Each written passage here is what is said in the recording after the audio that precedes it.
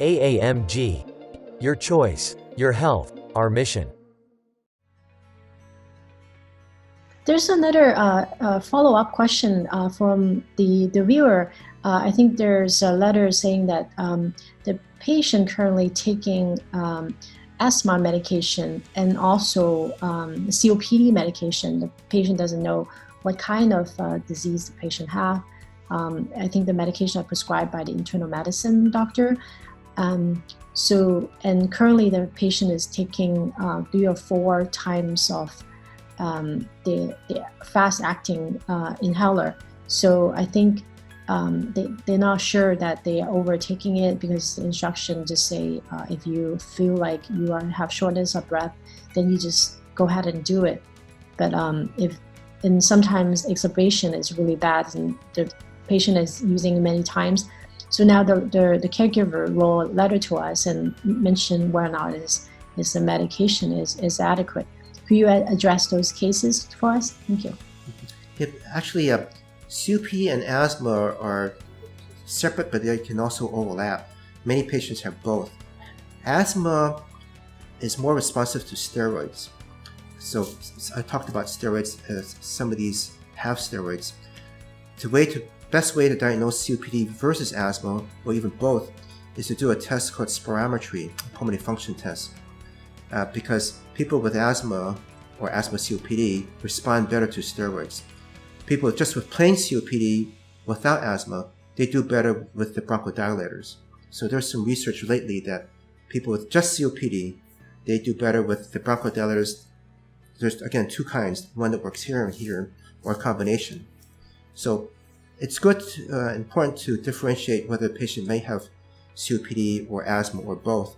Then you can gear the right treatment. What about if during fast acting, during the time that when the patient have really bad expiration, so how many times they should take the fast acting inhaler? Yeah, generally I have patients take 2 sprays every, for example, 6 hours. The ones who are more severe, for example, using this for fast relief, they may even need 3 or 4. However, if they're not better with that, then they need more treatments from something else other than just the fast acting. They need more treatment with the controller.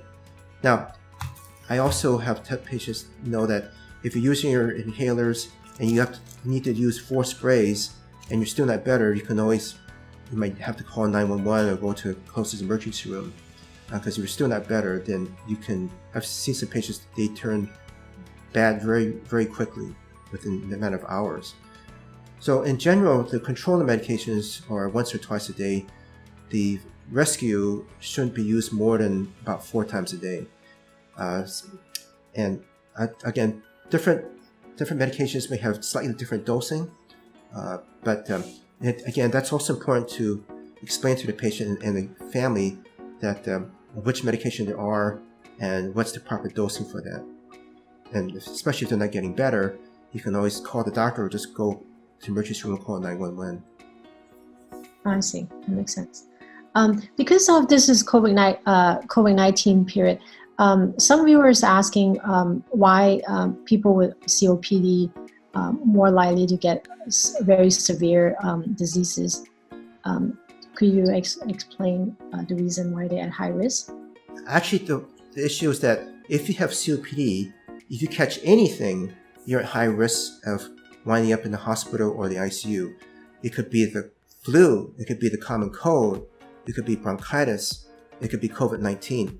If a COPD patient catches any of them, then they're at higher risk of having a very, very serious disease and outcome. So it's not just blaming on COVID, but any type of infection. So another topic to discuss in future times too. So important for our COPD patients to get their annual flu vaccines and also get the both types of pneumonia vaccines. Hopefully someday we'll get a COVID-19 vaccine, and then we'll definitely recommend that for our COPD patients too. So any type of infection, then our COPD patient has a higher risk of having a very serious disease. So it sounds like you recommend the flu vaccine and the pulmonary vaccine. Yes, so the flu vaccine comes out every year. There's a pneumonia vaccine that prevents one type of pneumonia, and there's two of those. There is one called the pneumococcal vaccine, which has been around for many, many years. Second one came out a few years ago called Prevnar 13. That's a newer one. So it's important to get both. So there are not too many vaccines out there, and I tell my patients, but there's something we can do to prevent that type of infection. And so we can prevent the flu, we can prevent this type of pneumonia. So important to get that. So prevention is key.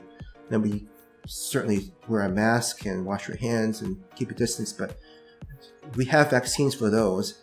As long as you haven't had problems with allergic reactions in the past, then I definitely recommend that. And I also ask that with each visit, especially for new patients. So if the patient wants to take 2 of the pneumonia vaccination, they just need to take once at a lifetime. They don't need to do multiple times. So there's 2 different vaccines. If they've never had vaccine before, you get one and then usually wait till next year to get the other one. If most people with COPD are over 65, and so if you're over 65, you just need the one time for your lifetime. If you got one of those vaccines when you're under 65, then you have to repeat it in 5 years. So that the pharmacist can help you with. The key is just to remember to get the vaccines, and then the pharmacist can help work out when to do it and whether you need a second dose or not. But the important thing is just to get it if you have COPD. So Dr. Hong, do you have any questions that you want to address that during your practice? Is there any issues that you think the viewer should learn? If it's okay, I have to just say 2 minutes about pulmonary rehab. Yeah, please. I think it would be important. Okay. Pulmonary rehabilitation is a program that's geared towards improving the patient's symptoms, that's the most important thing.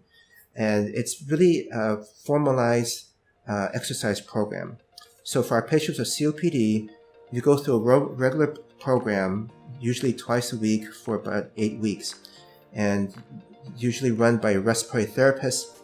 They teach you how to control your breathing, how to use medications if necessary, how to wear oxygen, and they have you go through simple exercising with your arms, with your legs, with cardiac machines, while they monitor your breathing, monitor your oxygen, your blood pressure, your heart rate, your symptoms, and examine you if necessary.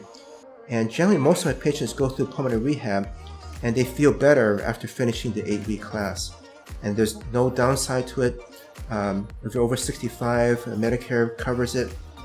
It's a matter of investing the time and learning how to breathe properly, how to get stronger, learning also being educated about how to use your medication, educated about oxygen, how to control your symptoms. And again, it's been around for many years. There's lots of research that shows how it can be important for you. There was even one research that came out a few months ago that for people with COPD, when they get discharged from the hospital, if they go through a pulmonary rehab program, they actually have lower mortality after 1 year. So it even showed that. So also very important to talk to your doctor or your pulmonary doctor about perhaps signing into pulmonary rehabilitation. Mm-hmm. So is require referral in order to do that, or they can just do it themselves? Pulmonary rehabilitation requires a doctor's order. So it's an actual prescription, because perhaps the patient does not qualify, perhaps they have active cardiac issues, maybe they've had a stroke. So you need a doctor's order, but assuming that they're able to at least walk a little bit, we can the program actually improve your function, which is the key thing to make them feel better and to function better and have less shortness of breath. So those are the key parts of actually quality of life. I see. That's very good. Yeah. Thank you for the resource, Dr. Hong. Okay, you're welcome. For more information on other health topics, please visit the AAMG Health Education website. If you like this video, please give a like and subscribe to our channel for more related content.